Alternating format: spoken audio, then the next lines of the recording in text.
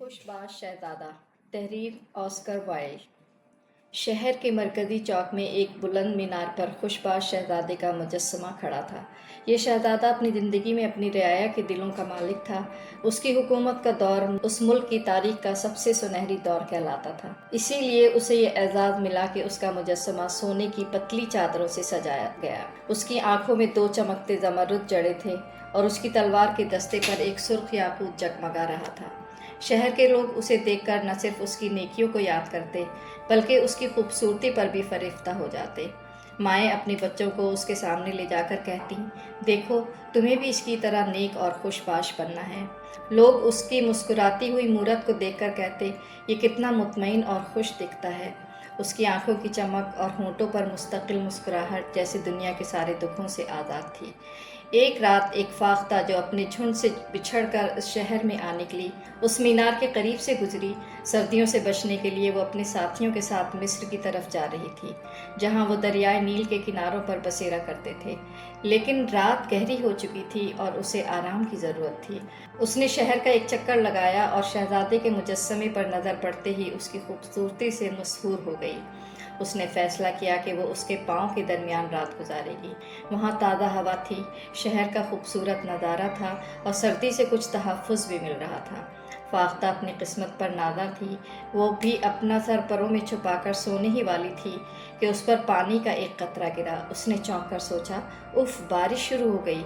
ये जगह तो बिल्कुल गैर महफूज है। उसने उड़ने की तैयारी की, लेकिन दूसरा कतरा गिरते ही उसने आसमान की तरफ देखा। आसमान साफ था, कोई बादल नहीं था, लेकिन शहजादे की आंखें आंसुओं से तर थीं। ये बारिश नहीं, उसके आंसू थे।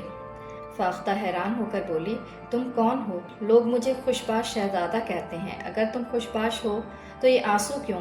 तुमने तो मुझे भिगो दिया। शहजादे की आवाज़ में एक गहरी उदासी थी। जब मैं ज़िंदा था, मैं एक शानदार महल में रहता था जहाँ गम को दाखिले की इजाज़त न थी।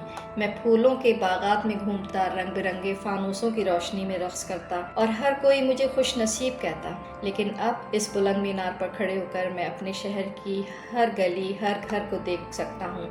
मैं देखता हूँ कि मेरी रियाया किस कदर दुख और अफलास में डूबी है। मेरा दिल जो अब फौलाद का बना है, फिर भी वही नर्म रूह रखता है जो मेरी ज़िंदगी में थी। अब मैं सिवाय रोने के कुछ नहीं कर सकता। शहजादे ने एक गली की तरफ इशारा किया। वहाँ एक टूटी फूटी खिड़की वाले घर में एक औरत बैठी है। उसका चेहरा थकन से मान पड़ा है, उसकी उंगलियाँ सुइयों के ज़ख्मों से छलनी हैं।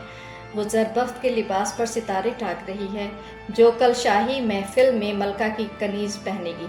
लेकिन उसके कमरे के कोने में उसका बच्चा बुखार में तप रहा है, मौसमी का अर्क मांग रहा है। उसके पास पैसे नहीं कि वो खुद खरीद सके। फाख्ता, क्या तू मेरी तलवार का यह याकूत उसे नहीं दे सकती? मेरे पाँव मिट्टी और पत्थर में जकड़े हैं, मैं खुद को कुछ नहीं कर सकता। फाख्ता ने कहा, लेकिन मुझे तो मिस्र जाना है। मेरे साथी दरियाए नील के किनारों पर मेरा इंतज़ार कर रहे हैं। वहाँ गर्म रेत और खजूरों के साए हैं। शहजादे ने नर्म लहजे में कहा, प्यारी फाख्ता, बस एक रात की बात है। क्या तेरा दिल इस बच्चे की तकलीफ़ देखकर नहीं पिघलता? फाख्ता का दिल पसीज गया। ठीक है, एक रात की बात है, मैं ये काम कर देती हूँ। उसने अपनी चोंच से याकूत निकाला और शहर की तरफ उड़ गई। वो शाही महल के ऊपर से गुजरी जहाँ रक़्स की महफिल जारी थी। एक खूबसूरत लड़की अपनी साथी से कह रही थी, मैंने कल के लिए ज़रबफ्त का लिबास तैयार कराया है, लेकिन ये सिलाई करने वाली औरतें इतनी सुस्त होती हैं। फाख्ता ने यह सुनकर मुंह मोड़ लिया। वो उस गरीब घर तक पहुंची जहां औरत सोई हुई थी और बच्चा बुखार में बेहाल था। फाख्ता ने याकूत औरत के सिलाई के बच्चे के पास रखा और अपने परों से बच्चे को हल्की सी हवा दे दी। बच्चे ने एक आहिस्ता से कहा, ओह, ये कैसी ठंडी हवा है। फाख्ता वापस शहजादे के पास आई और बोली, अजीब बात है, बाहर सर्दी है, लेकिन इस काम के बाद मेरे अंदर एक अजीब सी गर्मी है। शहजादे ने मुस्कुराकर कहा, ये नेकी की गर्मी है फाख्ता, अच्छा काम दिल को गर्म कर देता है। अगली सुबह फाख्ता ने शहर की सैर की। वो कलीसा के मीनारों पर बैठी दरिया के किनारे परों को झटका और सूरज गुरूब होने से पहले शहजादे को अलविदा कहने आई। मैं अब मिस्र जा रही हूँ, क्या तुम्हारा कोई पैगाम है? शहजादे ने कहा, प्यारी फाख्ता, क्या तू एक रात और नहीं रह सकती?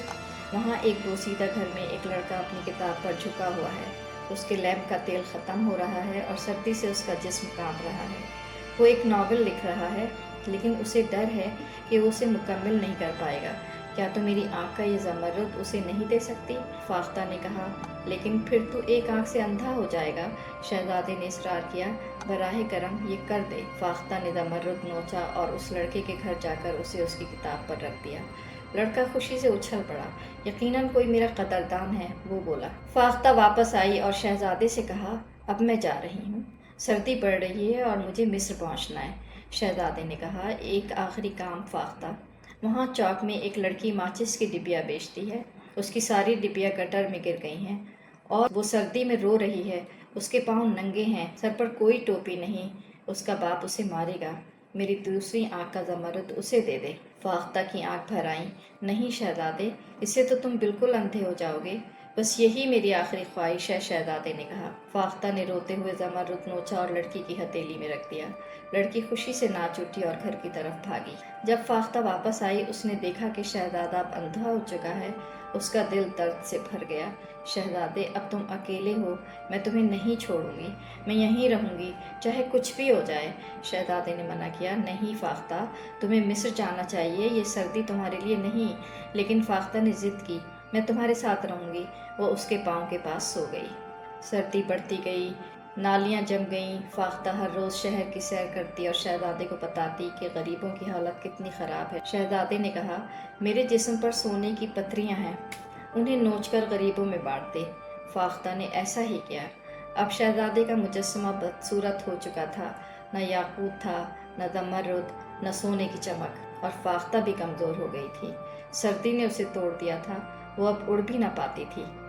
ایک دن اس نے آخری بار شہزادے کے کندھے پر بیٹھ کر کہا، الوداع میرے پیارے شہزادے، میں اب موت کی وادی کی طرف جا رہی ہوں۔ شہزادے نے کہا، نہیں، تم مصر جاؤ۔ لیکن فاختہ نے مسکرا کر کہا، موت سکون لاتی ہے، اور یہ کہہ کر وہ اس کے پاؤں کے پاس گر کر مر گئی۔ شہر والوں نے دیکھا کہ شہزادے کا مجسمہ اب خوبصورت نہیں رہا۔ انہوں نے اسے گرا کر پگھلانے کا فیصلہ کیا، لیکن اس کا فولادی دل نہ پگھلا۔ میئر نے کہا، اسے کوڑے کے ڈھیر پر پھینکو، وہیں فاختہ کا ننھا جسم بھی پڑا تھا۔ لیکن اللہ نے اپنے فرشتوں کو حکم دیا، اس کوڑے کے ڈھیر سے 2 انمول چیزیں اٹھا لاؤ۔ فرشتے نے شہزادے کا دل اور فاختہ کا جسم اٹھایا۔